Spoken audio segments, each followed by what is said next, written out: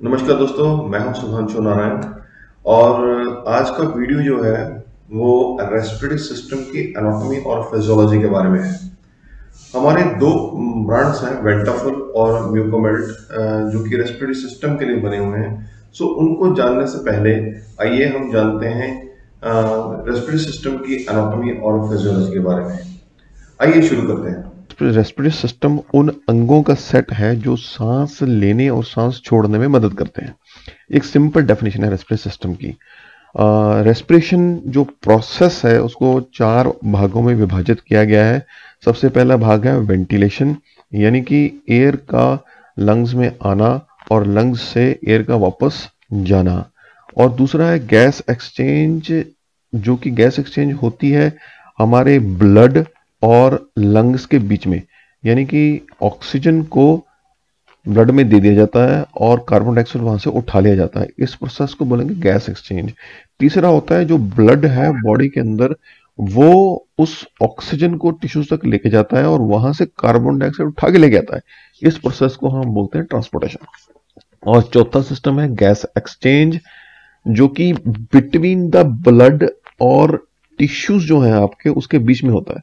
यानी कि अगर टिश्यू ने ऑक्सीजन लेनी है और वहां पे जो बाहरी टिश्यू है, जो कि लंग्स में नहीं है, बाहर है, लंग्स के बाहर, उसने वहां से वो कार्बन डाइऑक्साइड देनी है, तो उस प्रोसेस को हम बोलेंगे गैस एक्सचेंज, इंटरनल रेस्पिरेशन। और ऊपर प्रोसेस दो कहलाता है एक्सटर्नल रेस्पिरेशन। सो ये चार प्रोसेसेस में बेसिकली रेस्पिरेटरी सिस्टम के प्रोसेस को विभाजित किया गया है। तो आइए दोस्तों, सबसे पहले हम समझते हैं इसके फंक्शंस के बारे में कि रेस्पिरेटरी सिस्टम के फंक्शंस क्या है। सबसे बड़ा फंक्शन गैस एक्सचेंज है, जो कि ऑक्सीजन को देना और कार्बन डाइऑक्साइड को वहां से बाहर निकालना। और दूसरा है कम्युनिकेशन। जी हाँ, कम्युनिकेशन एक रेस्पिरेटरी सिस्टम का फंक्शन है। आप सांस रोक के बोल नहीं सकते। आप एक प्रैक्टिकल कीजिए, सांस रोक के बोल के दिखाइए। सो लॉफिंग के लिए, क्राइंग के लिए और बोलने के लिए आपको बिल्कुल जरूरत पड़ेगी रेस्पिरेटरी सिस्टम की। ऑल्फैक्शन, ऑल्फैक्शन मीन्स है आप बदबू सूंघते हैं, खुशबू सूंघते हैं। तो ये सारी स्मेल लेने के लिए आपको रेस्पिरेटरी सिस्टम की जरूरत पड़ेगी, क्योंकि हमारे नेजल कैविटी के अंदर बहुत सारे सेंसरी सिस्टम ऐसा बना हुआ है जो कि वहां से ब्रेन को सिग्नल्स भेजता है, पता लगता है कि बदबू है कि खुशबू है। और दोस्तों आगे है एसिड बेस बैलेंस। सो एसिड बेस जो बैलेंस है, इस को करने के लिए भी रेस्पिरेटरी सिस्टम की जरूरत पड़ती है। जैसे कि जो कार्बन डाइऑक्साइड जब हम लेते हैं तो कार्बोनिक एसिड बनता है बॉडी के अंदर। अगर ये बहुत ज़्यादा हो जाए तो एक एसिड बैलेंस इम्बैलेंस क्रिएट हो सकता है। और इस बैलेंस को मेंटेन करने के लिए हमारा रेस्पिरेटरी सिस्टम काम 24 घंटे करता रहता है। ब्लड प्रेशर रेगुलेशन, आप हैरान हो गए ये तो कार्डियोवास्कुलर सिस्टम का फंक्शन है। नहीं, बिल्कुल नहीं। ये लंग्स भी मदद करते हैं ब्लड प्रेशर को मेंटेन करने में। छोटी सी एग्जांपल देता हूं, हमारे लंग्स एंजियोटेंसिन 2 को बनाते हैं। और छठा है दोस्तों ब्लड एंड लिम्फ फ्लो। जी हाँ, हमारा इम्यून सिस्टम इंप्रूव होता है जब आप सांस को लेते हो, क्योंकि उसमें एक प्रेशर ग्रेडियंट थॉरैक्स यानी कि छाती और एब्डोमेन यानी कि पेट के एरिया में पैदा होता है, जिससे कि ब्लड फ्लो और लिम्फ फ्लो जो बोलते हैं वो एक अच्छा हो जाता है। इसीलिए कहते हैं प्राणायाम कीजिए, आपकी इम्यूनिटी बड़ी अच्छी रहेगी। ब्लड फिल्ट्रेशन, जी हाँ, ब्लड फिल्ट्रेशन इसलिए क्योंकि कई बार छोटे छोटे क्लॉट्स जो होते हैं वो हमारे फेफड़ों में आते हैं। वो क्लॉट्स बॉडी के अंदर बनते रहते हैं और फेफड़े उनको सीलिया में फंसाकर घोल देते हैं। सो ये भी एक इम्पॉर्टेंट प्रोसेस होता है। सीलिया ना सही, जो बाहर से आता है वो भी, और जो अंदर से आते हैं वो भी जो है लंग इसमें एल्वेली में आके या कहीं आके घुल जाते हैं। सो दोस्तों आगे है हमारा एक्सपल्शन ऑफ एब्डोमिनल कंटेंट्स। आप डिफिकेशन करना हो, यूरिनेट करना हो, चाइल्ड बर्थ करना हो, तो उसके लिए हमें इस सिस्टम की जरूरत पड़ती है। वो कैसे? आप सांस रोक के डिफिकेशन नहीं कर सकते, आप यूरिनेट नहीं कर सकते। सो आप सांस रोकोगे तो एब्डोमेन पे जोर डालोगे तो हम यूरिनेट या डिफिकेशन कर पाएंगे। अगली स्लाइड में हम दोस्तों देखते हैं about the anatomy of the respiratory system. ये रेस्पिरेटरी सिस्टम दो तरीके से हम कह सकते हैं इसको कि एनाटॉमिकली प्रेजेंट किया है हमने।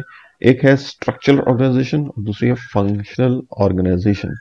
तो अगर स्ट्रक्चर की बात करूं, दो भागों में विभाजित है, अपर रेस्पिरेटरी ट्रैक्ट और लोअर रेस्पिरेटरी ट्रैक्ट, दो भागों में।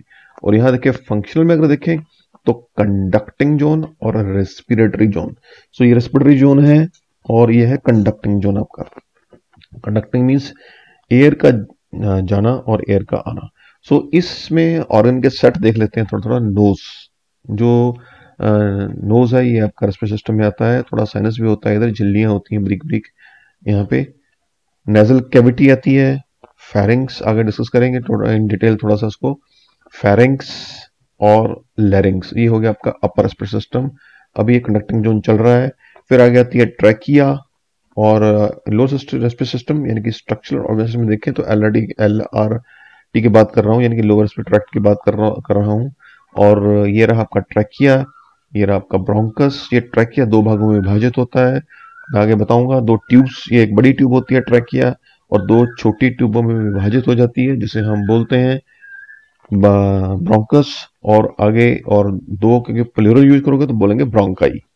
सो एक होगी तो ब्रोंकस, दो होगी तो ब्रोंकाई। सो ऐसे ही हमारे ब्रोंक्यूल्स यानी कि छोटी ट्यूबें हैं, फिर टर्मिनल ब्रोंक्यूल्स हैं और छोटी ट्यूबें हैं, और यहां तक हो गया आपका कंडक्टिंग जोन। और अब होता है रेस्पिरेटरी जोन। सो दोस्तों रेस्पिरेटरी जोन के अंदर हमारा ये जो छोटे छोटे ब्रोंक्यूल्स है, रेस्पिरेटरी ब्रोंक्यूल्स जुड़ते हैं एक अंगूर के गुच्छे की तरह। एक इलास्टिक थैलियां होती हैं जिसको हम बोलते हैं एल्विलाई। और एल्विलाई में भी एक डक्ट होती है, उनकी अपनी छोटी छोटी ट्यूब्स होती हैं जो जुड़ी रहती हैं रेस्पिरेटरी ब्रोंक्यूल के साथ। तो उसे बोलते हैं हम एल्वियोलर डक्ट। सो ये रेस्पिरेटरी जोन है दोस्तों, यहाँ से शुरू हो जाता है। सो आगे हम थोड़ा सा और एलेबोरेट करते हैं इस एनाटॉमी को। ये आपकी है नेजल कैविटी। दोस्तों याद रखिएगा, नेजल कैविटी और माउथ, हम दोनों इससे सांस ले सकते हैं। सांस, आप अगर नाक बंद हो, आप मुंह से सांस लेते हो, बिल्कुल ठीक। नेजल कैविटी में देखें तो नेजल कैविटी यहाँ चौड़ी होती है, यानी कि ये फनल की तरह होती है। फनल में समझिएगा आप, फनल का मुंह खुला होता है और जो आगे का रास्ता होता है वो तंग हो जाता है। वो इसलिए क्योंकि इस हवा को जब हमने लेना होता है तो इसको गर्म करना होता है और थोड़ी मॉइस्चर इसके अंदर डालनी होती है, ताकि आपकी ये ट्यूब खुश्क ना हो जाए और फट ना जाए। देखिए अब जब कभी आपकी ड्राई स्किन होती है तो वो ठंडी हवा या कुछ ऐसे होकर ड्राई हो जाती है, तो इसलिए इसको अवॉइड करने के लिए ही भगवान ने इसको फनल शेप का बनाया है। और मुंह से भी सांस लिया जा सकता है। और इसके बाद में दोस्तों आपका आता है फेरिंग्स, जो जहाँ हल्का सा गले में होता है फेरिंग्स, उससे हवा निकलते हुए आगे बढ़ती है और लैरिंग्स से होते हुए हमारी ट्रैकिया में जाती है। आप ये देखोगे ट्रैकिया एक ट्यूब है, लार्ज ट्यूब है। इसमें ये आप सफेद सफेद सी जो पिंकिश, लाइट पिंकिश कलर की देख रहे हो, जो कार्ट्रेज होती है।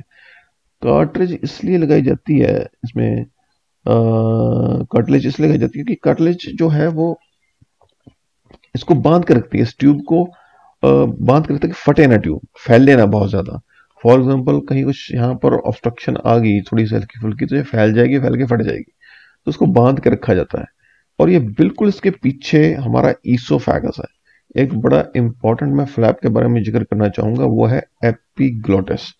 दोस्तों यहाँ पे एक फ्लैप होता है, जब आप सांस लेते हैं तो ये फ्लैप बंद हो जाता है और सांस सीधा नीचे की तरफ चला जाता है। अगर हम खाना खाते हैं तो ये उस तरफ खुल जाता है जिस तरफ की ईसोफेगस होती है, तो खाना हमारा उधर की तरफ चला जाता है। सो ये फ्लैप एक बहुत तरीके से काम करता है, इसे हम एपिग्लोटिस बोलते हैं। और ये हेल्प करता है कि हवा जो है वो फेफड़ों में जाए, और जब खाना है तो वो खाना हमारा पेट में यहाँ चला जाए। दोस्तों अब ये ट्रैकिया आगे डिवाइड होता है ब्रोंकस में, दो ट्यूबों में। वहां पीछे बात किया था कि ये ब्रोंकस दो जो है, एक ब्रोंकस, एक तो ब्रोंकाई बोलेंगे, एक प्लूरल वर्ड है, तो ये ब्रोंकाई में डिवाइड होता है, ट्यूब्स है। आगे मैं आगे बताऊंगा कितनी ट्यूब, मतलब कैसे ये कितनी ज्यादा भगवान ने हमें सिस्टम को इतना कॉम्प्लेक्स और बढ़िया बना रखा है, ताकि हम अगर कुछ उसका नुकसान भी करते हैं तो फिर भी सिस्टम हमें बचाता रहता है।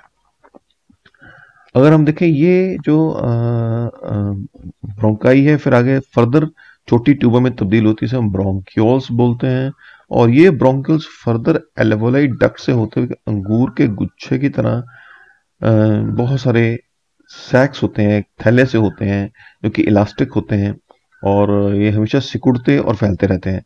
और ये ब्रोंक्यूल्स इसके साथ जुड़ के एल्वेली से जुड़ते हैं और ये है हमारा एल्वेली।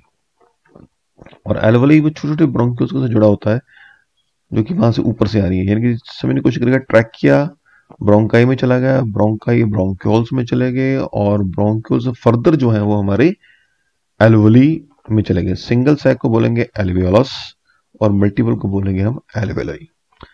और यहां से जो गंदा खून है बॉडी का साथियों, वो दिल से होके यहाँ पहुंचता है, पंप दिल, क्योंकि उसको जो हार्ट है हमारा दिल, वो पंप करता है और हमारे लंग्स तक पहुंचाता है और फिर ये खून साफ होता है और फिर दोबारा हार्ट में चला जाता है ताकि वो पंप आगे बॉडी में दे पाए। लेकिन याद रखिएगा दोस्तों, क्योंकि एल्वेली भी सिकुड़ते और फैलते रहते हैं, तो इसका मतलब ये काम करते हैं, ऊर्जा का इस्तेमाल करते हैं, तो ऑक्सीजन का इस्तेमाल ये खुद भी करते होंगे। यानी कि जो ऑक्सीजन ये बाहर से लेके आते हैं उसको भी ये कंज्यूम करेंगे और बॉडी के अंदर भी भेजेंगे। सोचिए, इसने इतनी बड़ी बॉडी को इन लंग्स ने ऑक्सीजन की सप्लाई करनी है, तो रेगुलर ये चलते रहते होंगे। कितना इंपॉर्टेंट पार्ट है हमारी बॉडी का रेस्पिरेटरी सिस्टम। दोस्तों, मैं आगे बात कर रहा था आपसे, मैं आपको ब्रांचेस के बारे में बताऊंगा। और जो ब्रोंकाई, एक्चुअली ब्रांचेस के नाम से वर्ड ब्रोंकाई बना है। तो ये रहा दोस्तों आपका ट्रैकिया। ये एक है, दो में विभाजित हो गया तो ब्रोंकाई कहलाएंगे, मतलब एक को ब्रोंकस बोलेंगे, दो को ब्रोंकाई बोलेंगे।